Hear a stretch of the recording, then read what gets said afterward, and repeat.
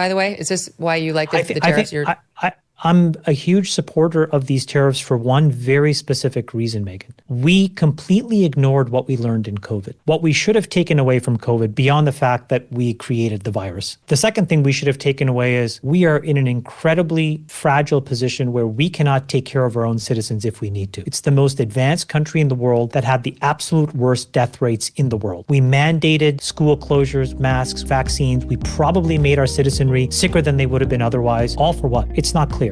A deadly virus breaks out in Wuhan, China. We suspect it may have leaked from a lab. We know the first major outbreak was there. And yet, when the pandemic exploded, we turned around and begged China for masks, PPE, and yes, even for the medications to protect ourselves. We suspected they may have caused the crisis and still relied on them to save us from it. That's not just ironic, that's dangerously absurd. And that's exactly what Chamath was saying in that interview with Megyn Kelly.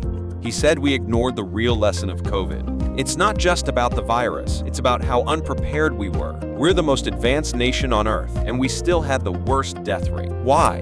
Because we couldn't even take care of our own people. We shut down schools, forced mandates, and scrambled for supplies we didn't make anymore. And now, thanks to tariffs, we're finally opening our eyes to a reality that's been in our face for 25 years. We are dangerously dependent. We depend on China for 95% of the ingredients in our pharmaceuticals. Just think about that. If another calamity hits and China decides to close its doors to us, we're at their mercy. Our very own lives would depend on a foreign power that doesn't even like us. That's not a supply chain, that's a national vulnerability. Tariffs aren't about punishing China, they're about protecting America. They're about waking us up to the risk of outsourcing everything, including our survival. If we don't fix that now, the next crisis won't just expose us. It could very well wipe us all out of the face of the earth.